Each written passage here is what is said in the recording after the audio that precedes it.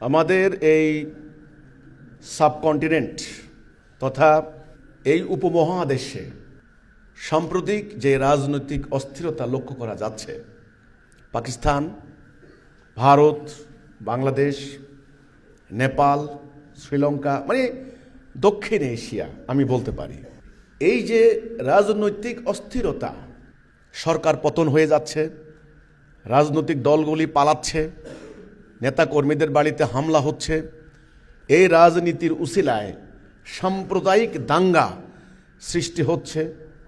আমি ভারতেও দেখছি, বাংলাদেশেও নির্দোষ নিরপরাধ মানুষগুলি আক্রান্ত হচ্ছেন, মব হচ্ছে, বিভিন্ন মাজারে হামলা হচ্ছে, হিন্দুদের বাড়িতে হামলা হচ্ছে, বিভিন্ন সংগঠনের নেতাকর্মীদের বাড়িতে হামলা হচ্ছে, পাল্টা হামলা।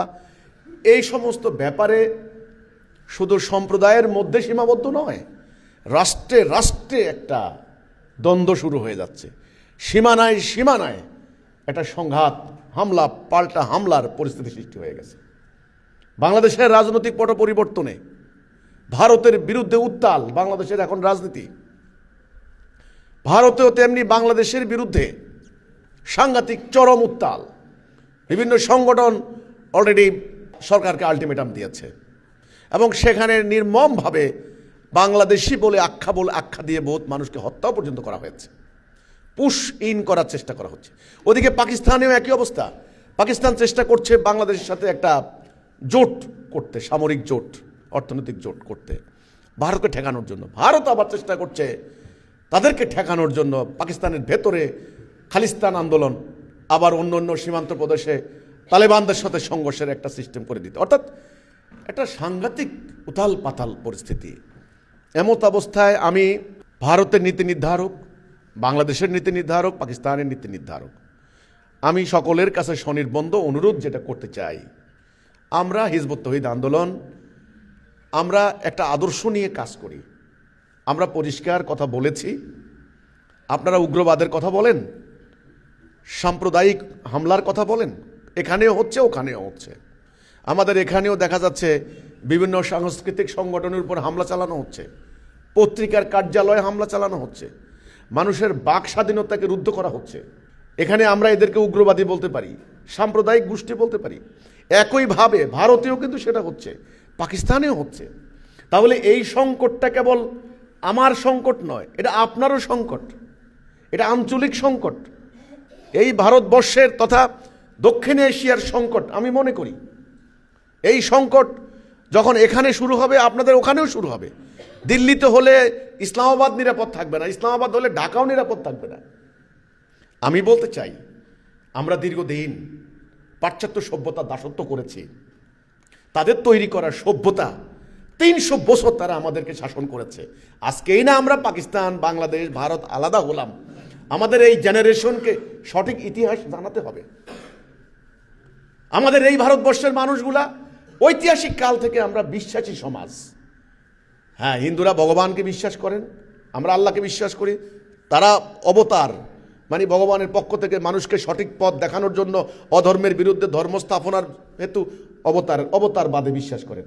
আমরাও রসুল, আল্লাহ রেসালতে বিশ্বাস করি, নবী রাসূলকে বিশ্বাস করি। তাহলে বিশ্বাসের এই ভিত্তি হিসেবে আমাদের এই সোসাইটি তথা এই অঞ্চলের মানুষ, আমরা ঐতিহাসিক কাল থেকে বিশ্বাসের সমাজ। আর আমরা যে 300 বছর শাসিত হয়েছি পাশ্চাত্য সভ্যতার দ্বারা, ওরা প্রযুক্তি আবিষ্কার করেছে, কিন্তু ওরা বিশ্বাসী সমাজ নয়। ওরা আল্লাহ, ভগবান, ঈশ্বরে বিশ্বাসী নয়, পরকালে বিশ্বাসী নয়। আমরা তাদের দাসত্ব করেছি, তাদের সুদভিত্তিক অর্থনীতি আমরা কার্যকরী করেছি। ফলে সমস্ত অর্থনীতি কোটি কয়েক লোকের হাতে বন্দী হয়ে গিয়েছে। তাদের হানাহানির রাজনীতি ভারতীয়, পাকিস্তানেও, বাংলাদেশেও আমরা প্র্যাকটিস করেছি বিগত 80 বছরে। শান্তি কিন্তু হয় নাই। যত একদিন যাচ্ছে শত্রুতা বাড়ছে, দলে দলে মারামারি হচ্ছে।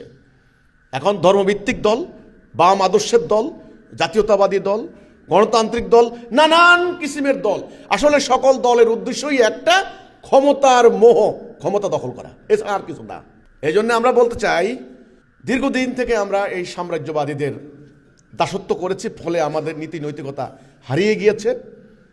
আমাদের অর্থনৈতিক জীবনে বিপর্যয় নেমে এসেছে, বিচারিক অঙ্গনে অরাজকতা নেমে এসেছে, রাজনৈতিক হানাহানি হয়েছে। তার ফলস্বরূপ তাদের পরিকল্পনায়, তাদের মাস্টার প্ল্যানে সাম্প্রদায়িক দাঙ্গা হয়েছে। এই যে মবের কথা বলা হচ্ছে, মব শব্দটা এখানে চলে, ইউরোপে ছিল লিনচিং, কালোদের উপরে তারা সংঘবদ্ধভাবে আক্রমণ করেছে। ইউরোপে একটা শব্দ ছিল পোগ্রম, ইহুদিদের উপরে তারা আক্রমণ করেছে সম্মিলিতভাবে। এই পোগ্রম এবং লিনচিং আজকের মব। আজকে এখানে হিন্দুদেরকে একটা জীবন্ত মানুষকে মেরে উলঙ্গ করে তারা পুড়িয়ে মারা হচ্ছে, ওই লিনচিং তারা করতো কালোদেরকে। পোগ্রম তারা করতো ইহুদিদের উপরে। আজকে এখানে আমাদের এগুলি ছিল না। তো কাজেই এই উগ্রবাদ, এই সাম্প্রদায়িকতা, এই ধর্মান্ধতা, এটা ভারতেরও সংকট, বাংলাদেশেরও সংকট, পাকিস্তানেরও সংকট। এটার মোকাবেলায় শক্তি দিয়ে পারবেন না, সেনাবাহিনী লাগিয়ে পারবেন না, দোষাদোষি করে পারবেন না, হাই কমিশন এম্বাসিতে হামলা করে পারবেন না, ফেসবুকে গালাগালি দিয়ে পারবেন না। ঠিক আছে, আমি আপনার পতাকা মাড়ালাম, আপনি আমার পতাকায় আগুন দিলেন, আমি আপনার জাতীয় নেতাদেরকে গালি দিলাম, আপনি আমার জাতীয় নেতাদেরকে জুতা মারলেন, হবে না।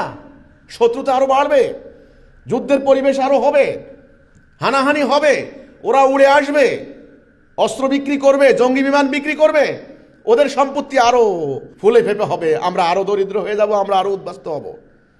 তো আমার কথা স্বনির্বন্ধ অনুরোধ, এই ভারতবর্ষের তথা এই দক্ষিণ এশিয়ায় একসময় সার্ক হয়েছে, সার্কের অস্তিত্ব এখন আর নাই। সার্ক হয়েছে আপনারা জানেন।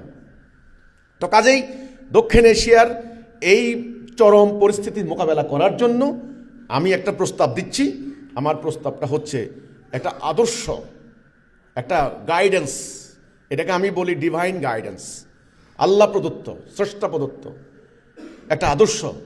এই আদর্শিক শিক্ষাটা যদি দেওয়া যায়, মানুষের মনস্তাত্ত্বিক পরিবর্তন যদি করা যায়, মনোজগতের পরিবর্তন করা যায়, মানুষের ভেতরে যদি একটা আদর্শের সঞ্চারণ করা যায়, তবে মানুষে বিভক্তি ভেদাভেদ দূর হয়ে একটা ভ্রাতৃত্ব, একটা ঐক্য চেতনা, সহযোগিতা, সহমর্মিতা, একটা সহনশীল মনোভাব সৃষ্টি হবে।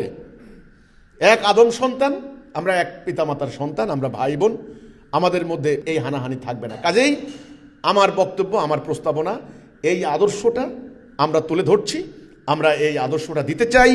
হিজবুত তাওহীদ আন্দোলন প্রস্তাব দিচ্ছে, যদি এই ডিভাইন গাইডেন্স আল্লাহ তাআলার পক্ষ থেকে আসা এই উত্তম আদর্শ যদি আমরা তুলে ধরতে পারি, প্রসার করতে পারি ভারতে, পাকিস্তানে, বাংলাদেশে, নেপালে, শ্রীলঙ্কায়, তাহলে জাতিতে জাতিতে, গোত্রে গোত্রে, দলে দলে এই যে শত্রুতা, এই যে বৈষম্য, এই যে হানাহানি, ইনশাআল্লাহ নির্মূল হয়ে একটা ভ্রাতৃত্বপূর্ণ সমাজ এই অঞ্চলে প্রতিষ্ঠিত হবে। এই অঞ্চলের জনগোষ্ঠী টোটাল সারা দুনিয়ার জনগোষ্ঠীর প্রায় 1/4, 1/4, খেলাখেলি নয়, 1/4 জনগোষ্ঠীর প্রতিনিধিত্ব করছেন আপনারা।